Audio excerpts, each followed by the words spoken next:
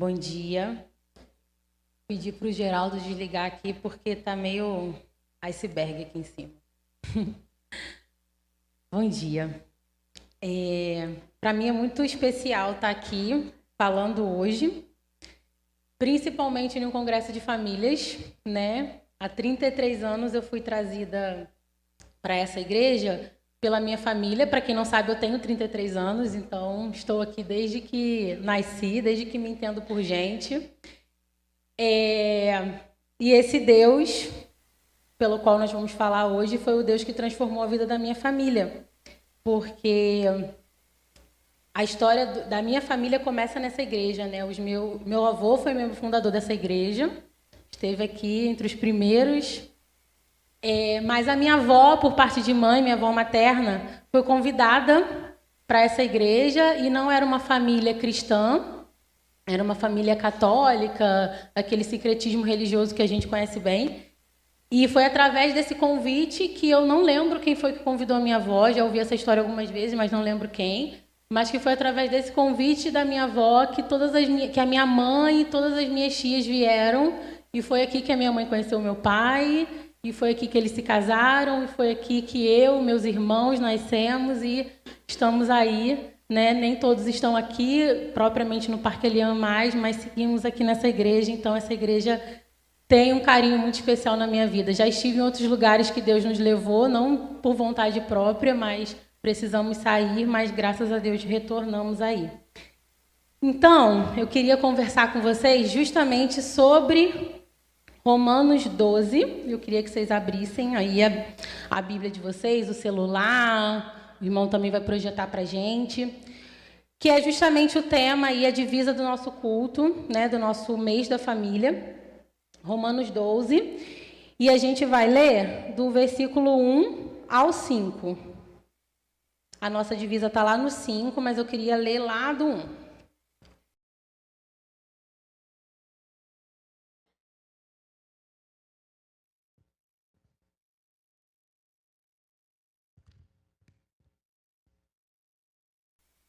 Podemos? Portanto, irmãos, suplico-lhes que entreguem seu corpo a Deus, por causa de tudo que Ele fez por vocês, que seja um sacrifício vivo e santo, do tipo que Deus considera agradável. Essa é a verdadeira forma de adorá-lo. Não imitem o comportamento e os costumes deste mundo, mas deixem que Deus os transforme por meio de uma mudança em seu modo de pensar, a fim de que experimentem a boa, agradável e perfeita vontade de Deus para vocês. Com base na graça que recebi, dou a cada um de vocês a seguinte advertência: não se considerem melhores do que realmente são. Antes, sejam honestos em sua autoavaliação, medindo-se de acordo com a fé que Deus nos deu. Da mesma forma que nosso corpo tem vários membros e cada membro uma função específica, assim é também o corpo de Cristo. Somos membros diferentes do mesmo corpo e todos pertencemos uns aos outros. Amém? Vamos orar? Pai, muito obrigado por essa oportunidade de falar à Tua igreja, Senhor, essa igreja pela qual eu tenho um carinho tão especial. Eu te peço que o Senhor me use, não por glória própria, mas para que o Teu nome seja glorificado aqui nesse lugar, para que famílias sejam transformadas, para que vidas sejam alcançadas, para que corações sejam quebrantados, Senhor. Fale através de mim agora, é isso que eu te peço humildemente, em nome de Jesus. Amém. Então, quando a gente começa a falar aqui, eu quero focar com vocês hoje no versículo 2 e 3. E lá no versículo 2, Paulo já começa falando para a gente: não imitem o comportamento e costumes deste mundo. E aí, quando eu penso em comportamento, eu penso em padrão, né, em modelo. E aí, transportando um pouquinho para o que foi a minha vida, né, eu sou casada aí há 13 anos, errei as contas por pouquinho. Sou casada aí há 13 anos, não é tanto tempo assim, né? Então, eu lembro das minhas expectativas ali na formação de uma família. E eu, como todos nós aí, tinha um modelo na minha vida de como deveria ser a mulher, né, casada. A mulher ali, quando eu começasse a formar a minha família. E, segundo o meu padrão, ali o modelo que eu via, um modelo que eu absorvi, a mulher tinha que ser independente. Então, eu aprendi, como muitas das mulheres da minha geração ali, que a gente tinha que ser independente, que não podia depender de marido, aquela coisa toda. E eu casei com esse modelo. E aí, gente, eu percebo hoje que o modelo bíblico não é bem esse, né? Assim, diretamente. E quando a gente vai ver, por que o mundo diz pra gente que a gente deve ser independente, né? O padrão do mundo. Por que a gente deve ser independente, não depender de marido? Porque a gente ouve muito por aí que o homem vai te abandonar, vai te deixar e você vai ficar sozinha, né? Que depender de marido é isso mesmo, que você não vai ter dinheiro para comprar nada, porque o homem ele vai ser egoísta com o próprio dinheiro dele e você vai ficar ali mendigando aquele dinheiro para o que você precisar. Mas esse não é o modelo bíblico de comportamento que a Bíblia apresenta para a gente como sendo um comportamento que Cristo espera do marido e da esposa. Quando a gente vai ver lá em Efésios, o que Paulo apresenta para a gente que é o modelo do marido, de como o marido deve ser. Aquele modelo do amor de Cristo, do amor sacrificial, né? Que abre mão de si mesmo, como Jesus abriu mão de si mesmo por nós, né? Então, o marido ele se sacrifica pela esposa. Aqui a gente não vê o egoísmo, aqui a gente vê a cumplicidade, aqui a gente vê o sacrifício. Então, eu já começo me perguntando, né? Será que a gente vive, para a gente ter esse modelo, essa percepção de que precisamos ser independentes, será que a gente vive um modelo de Efésios, lá, né, do marido que se sacrifica pela esposa, ou será que a gente vive mais a fala de Colossenses que diz suportai-vos uns aos outros, né? Será que a gente está vivendo esse amor sacrificial ou a gente está só se suportando ali no nosso casamento? Mas isso tudo para dizer que quando eu me casei e que a gente vivia esse modelo, funcionava muito bem. Então eu trabalhava, meu marido também trabalhava, e nós éramos dois adultos e tudo funcionava na nossa casa porque éramos independentes e dois adultos se viravam. Então ele saía para trabalhar, eu saía para trabalhar e a gente se encontrava ali no nosso tempo vago e estava tudo bem, estava tudo certo. Porém, a coisa muda um pouco de figura para mim. O problema de imitar o comportamento do mundo começa a mudar de figura para mim quando a maternidade chega na minha vida. E aí eu já começo falando que eu aprendi muito duramente que a maternidade, pelo menos para mim, veio para expor ali os meus pecados. A maternidade ela nos coloca em um local que não dá para pensar muito na gente. A gente precisa se sacrificar, a gente precisa colocar o outro. Então, o que funcionava muito bem, em determinado momento não funcionava mais. E eu penso nisso, né? Não sei quantos de vocês também pensam aqui, aí não só falando de mães, mas de pais também, né? O quanto é na nossa casa que os nossos pecados são expostos. Será que a gente tem sido manso ao exortar o comportamento de um filho? Será que a gente tem sido humilde a admitir que talvez a gente perdeu a mão ali, que a gente errou, que não é bem aquilo ali? Será que a gente tem conseguido administrar na nossa casa, colocar em prática o domínio próprio? Então, é dentro da nossa casa que a gente percebe, né, como os nossos pecados eles são verdadeiramente expostos. E da minha parte, eu tenho um testemunho assim, muito forte de que quando a minha filha nasceu, quando eu vi ela a primeira vez, lá no centro cirúrgico, que me mostraram ela, eu sabia que ela tinha vindo para impactar a minha fé. Eu sabia, eu conto isso para o Guto e tal, que ali foi a minha segunda conversão, se é que isso existe, foi a minha segunda conversão. Ali eu entendi um pouco mais sobre o amor de Deus e eu sabia que Deus tinha um propósito muito grande na vida da minha filha para mim. E esse impacto que ela trouxe já começou ali, porque no meu modelo de mulher independente que eu vivia, não ia se encaixar com o modelo de maternidade que eu queria viver. E aí, para vocês entenderem, eu trabalhava por produção, né, vamos dizer assim. Então, quanto mais eu trabalhava, mais eu ganhava. Eu ganhava bem, logo eu trabalhava bem também. E aí, quando minha filha nasceu, aí voltando um pouquinho, a gente estava morando em Aracaju, não estávamos aqui, então Deus tinha levado a gente 3 anos antes, mais ou menos, para 1.500 quilômetros de distância da minha mãe, dos meus sogros, dos meus amigos, dos meus irmãos, de toda a nossa rede de apoio, éramos só nós. Éramos só eu e o Guto. E não estava se encaixando mais, não dava. Não dava para eu viver o modelo de mulher independente, que corria atrás de tudo, e o modelo de maternidade que eu queria viver. E aí eu comecei a pensar que aquela super mulher empreendedora que eu imaginava, idealizava que eu seria, que ia levar lá a filha no carrinho, no sling, amarrada no canguru, para fazer as minhas vendas, para trabalhar, não funcionava. Eu não consegui. Não é que não funciona, talvez funcione para várias pessoas, mas para mim não funcionava. E aí eu cogitei parar de amamentar exclusivamente, porque assim eu poderia deixá-la com alguém. Eu cogitei colocar ela numa creche, e nada contra quem faz isso, porque eu sei que cada um tem a sua realidade. Mas toda vez que eu pensava em algo do tipo, Deus falava muito forte no meu coração que aquilo ali não era o que Ele queria para mim. E aí, quando eu leio, né, aqui que nós não podemos imitar o comportamento do mundo, eu vejo que muitas das vezes a gente vai seguir esse caminho como bois que seguem a manada, sem parar para se questionar se é aquilo que Deus quer para a gente. E para mim foi muito difícil fazer isso daqui, permitir que Deus transformasse o meu modo de pensar, porque no meu ego, eu achava que o meu modo de pensar era o certo e que a minha vida precisava se encaixar naquilo que eu tinha idealizado que teria que ser. Então foi um momento, e o Guto está aqui, né, o único que estava comigo nesse momento, que eu fui muito quebrada, literalmente, muito quebrada, né? Eu precisei aprender muito de que eu não sabia de nada e voltar atrás para perceber que não era aquilo que Deus queria para mim.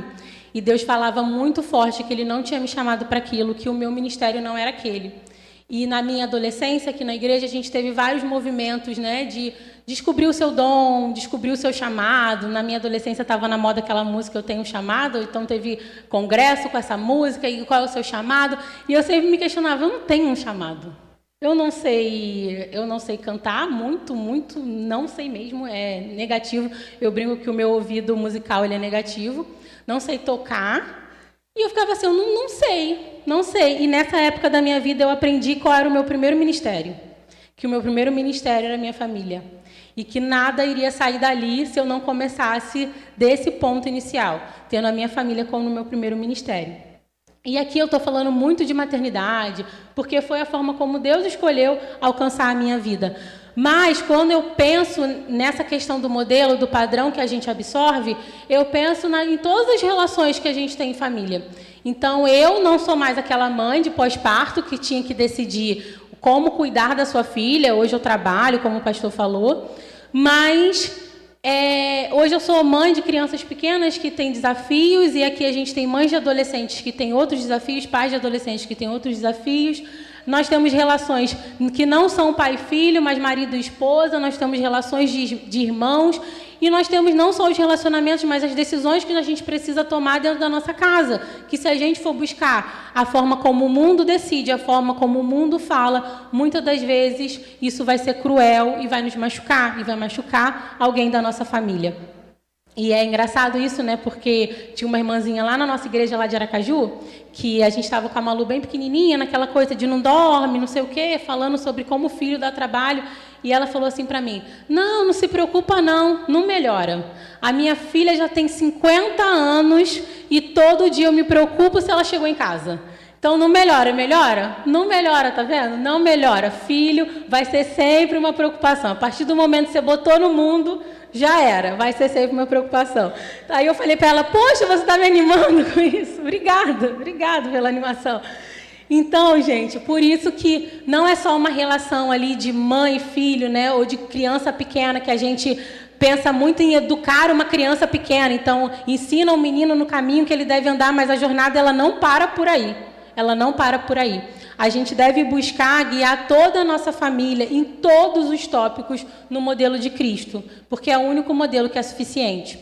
Então, quando eu penso nesse tema, juntos em Cristo fortalecemos a nossa família, eu penso que o mundo, ele não pode, se a gente quiser fortalecer a nossa família, o mundo ele não pode ser o modelo de família que a gente tem. Não pode ser a família da Rede Globo, não pode ser a família da novela, a família do filme, a família do livro que a gente leu.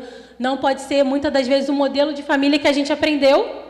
Precisa ser o modelo de família, de relacionamento que Deus tem para a gente através da sua palavra. E aí, quando eu falo isso, eu quero falar de um lugar assim com muita humildade, né? Que a gente precisa ter muito cuidado, inclusive com os modelos religiosos que são apontados para a gente. Quem está aí nas redes sociais já deve ter reparado que tem um movimento conservador muito grande de família, que família é aquela família enorme, que precisa ser assim, assim, assado. E a gente precisa ter muito cuidado sobre o que é bíblico e o que é religião, o que é conservadorismo, e entender que até isso que parece ser muito bonito pode ser muito cruel e pode machucar muito quando a gente percebe que não é o modelo bíblico também que Deus tem para nós.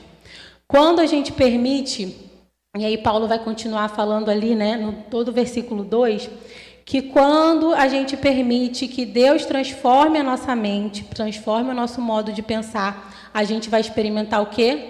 A boa, agradável e perfeita vontade de Deus. A gente só lê essa parte, né? A gente só fala assim, a vontade de Deus é boa, perfeita e agradável. Mas e a parte A do versículo, que diz que a vontade de Deus é boa, que a gente experimenta essa vontade que é boa, perfeita e agradável quando a gente permite que Ele molde o nosso modo de pensar, a nossa forma de pensar. E aí eu pergunto, o que pode fortalecer mais a nossa família, mais a nossa casa, do que viver a vontade de Deus em nossos lares, se a Bíblia já dá um spoiler para a gente e já diz que ela é boa, perfeita e agradável? Nada. Né? Se a vontade de Deus é perfeita, não tem nada melhor para a nossa vida do que a vontade dele. E aí, Paulo não para por aí. Lá no versículo 3, ele tem mais um puxãozinho de orelha para nos dar, mais uma exortação para nos fazer, mais um sinal de alerta ali, que é dizendo que nós não seremos suficientes, né? Porque ele vai dizer aqui que dá a cada um de nós a seguinte advertência: não se considerem melhores do que realmente são. Então, nós, mães, não sabemos de tudo, não somos suficientes. E aí, não é para menosprezar, não, é para a gente suspirar aliviado e falar, tirar esse fardo de perfeição que a gente segue, porque a Bíblia já diz que a gente não vai ser suficiente. Por mais que a gente faça, você vai faltar com seus filhos. Por mais, pai, que você corra atrás, você não vai ser suficiente. A gente não tem a forma perfeita de educar. Porque por mais perfeita que nós somos, só Jesus pode ser suficiente também na vida dos nossos filhos. Por melhor que seja a educação que a gente possa dar para os nossos filhos, por melhor esposa que a gente possa ser para o nosso marido, se a graça de Cristo não alcançar o coração deles, tudo vai ter sido em vão. Vai ser aquela pessoa que é muito boa, mas só falta ser crente, mas falta tudo, né? Então nós nunca seremos suficientes. E isso faz com que a gente possa suspirar aliviado e retirar de nós esse fardo que é muito pesado, né? Mas ele também continua aqui falando para que a gente seja honestos e nos autoavaliar. E aí eu penso, quem somos em casa? Porque quando a gente está no nosso trabalho, na frente do nosso chefe, a gente veste ali uma capa, né? Aí, às vezes, o chefe fala uma coisa com você que se fosse o teu marido falando em casa, ia ouvir. Mas o chefe, você dá um sorrisinho, né? Às vezes você está lá, a professora fala uma para você, a diretora da escola fala uma para você que você engole. Mas se fosse a sua mãe, no mínimo você ia sair batendo duro e batendo porta, pisando duro e batendo porta. Então, é na nossa casa que a gente é exposto. A nossa família é espelho. A gente não é quem a gente se faz fora de casa. Fora de casa, a gente veste uma capa, a gente se faz. Dentro de casa, a gente é quem a gente realmente é. Ninguém conhece a gente melhor do que quem está dentro da nossa casa. Então, ninguém vai conhecer você melhor do que o seu filho. Do que a forma como você trata, a forma como você se expõe ao seu filho. Então, a gente precisa ser honesto em perceber que cristão eu sou dentro da minha casa. Mas, de novo, vem aí mais uma vez para vocês suspirarem aliviados, que é pela graça. É pela graça, aquela que Paulo recebeu, que ele também nos dá, que a gente pode entender que não seremos o suficiente, não para que isso nos desanime, mas para que isso retire de nós todo o fardo de perfeição e exponha o nosso pecado e nos coloque diante do altar. entendendo que o pecado, ele também atingiu as nossas famílias. As nossas famílias foram atingidas pelo pecado e as nossas relações familiares são relações caídas também. Os nossos relacionamentos são caídos. Então, é um pecador educando o outro. É um pecador casado com outro. Tem até um livro muito interessante que se chama Quando Pecadores Dizem Sim. E ele explica de todo esse ponto de vista do pecado, por que muitas das vezes as relações conjugais são tão conturbadas, porque é um pecador casando com outro, cada um trazendo o seu pecado, e é a mesma coisa com os nossos relacionamentos com os nossos filhos também. E a gente precisa entender que, aí eu vou falar uma frase que pode parecer esquisita, família somos nós. Não existe eu ser família, sozinha. Sozinha eu não sou família. Mas assim como família somos nós, as pessoas ali do meu conjunto, da minha casa, família também sou eu. Eu acabei de falar que eu não sou família sozinha, mas eu sou família, eu sou a minha família. Na minha família não existe por fora de mim indivíduo. Então eu não posso querer que a minha família tenha uma relação respeitosa, que a minha casa seja um ambiente respeitoso, se eu não sou respeitosa no meu trato com os meus filhos, no meu trato com o meu esposo. Eu não posso querer que a minha família que a minha casa seja uma casa organizada se eu não organizo, se eu não sou uma pessoa organizada. Eu não posso querer que a minha família venha à igreja, trabalhe no reino, se eu não venho, se eu não faço, porque é a começar de mim. A família é um conjunto, né, daquelas pessoas que a compõem. Então não existe pensar em família sem pensar no eu, sem pensar no que você faz. É muito importante a gente ter, por exemplo, um culto, conforme veio aqui, né, nossa programação de família, um culto semanal nos lares, as famílias, é muito importante. Mas e o seu devocional individual, e a sua oração individual, e a sua leitura bíblica individual que você faz todos os dias, a sua intimidade com Deus, como é que está? Porque a família somos nós, mas a família também é você. E eu não devo basear as minhas atitudes no que o outro faz. Então, quando Paulo fala aqui, ele fala, se autoavalia. Então, não é para avaliar a esposa. Ah, mas eu sou assim, assim, assado, porque a minha esposa também não é a mulher sábia lá de Provérbios, não. Então, eu não tenho como ser o marido lá que Paulo manda, porque a minha esposa ela não é submissa.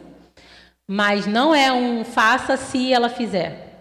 Então, o filho não pode dizer que não vai honrar o pai e a mãe, que não consegue honrar o pai e a mãe, porque o pai não é assim, não é assado. Então, a nossa atitude não deve se basear na atitude do outro. Eu não vou mudar só se o Senhor mudar o meu marido. A nossa oração não deve ser só, Senhor, muda o meu marido, mas muda a mim também. Né? Muda a mim também, a começar de mim. E aí, gente, não é a cartilha dos bons costumes, né, que vai nos ensinar a ser família. Aí a gente ouve muito assim, no meu tempo os filhos respeitavam os pais. No meu tempo era assim, assim, assado. As mães de hoje em dia não sabem criar filho. Mas será que a gente não está falando de um modelo que não é um modelo bíblico? A gente está falando de bons costumes, a gente está falando de outro tipo de coisa? Porque não são os bons costumes, não é o conservadorismo, não é a disciplina positiva também, não é aquele monte de livro que a gente lê, não são os filmes que a gente assiste, muito menos os filmes que a gente assiste, que vão trazer para a gente um modelo de comportamento para a nossa família e para nós enquanto indivíduos. E aí eu já estou me encaminhando para o final, e eu queria te dizer mais uma vez que é a graça, que é Cristo, que é a palavra, que tem a solução mágica para os nossos problemas. Está aqui, está na palavra. E é nos se permitir ouvir aquilo que Cristo tem como modelo para vocês. Eu não quero aqui ditar nenhum tipo de modelo, porque eu acho que todos os padrões eles são muito cruéis. O nosso Deus é um Deus diverso. Se você olhar aqui, você vai ver a diversidade das pessoas que tem aqui, pessoas altas, pessoas baixas, pessoas morenas, pessoas brancas. E nosso Deus é um Deus diverso na natureza, e Ele jamais iria querer que nós nos encaixássemos em um padrão Deus tem para cada um de nós a medida certa daquilo que Ele quer de nós. E basta a gente mergulhar na palavra e pedir para que Ele nos mostre o que vai ser o modelo que Ele quer para nós, para a nossa família, entendendo que quando a gente muda o nosso modo de pensar, a vontade de Deus, que é boa, perfeita e agradável, se faz na nossa vida e se faz na nossa família. Então, eu queria que você fechasse os seus olhos agora e que você olhasse para Cristo. Cristo, que é o nosso modelo, que é o nosso padrão, que é a nossa referência. Jesus, gente, é aquele presente de Deus que veio para tornar tudo mais fácil, que veio para regenerar o nosso coração.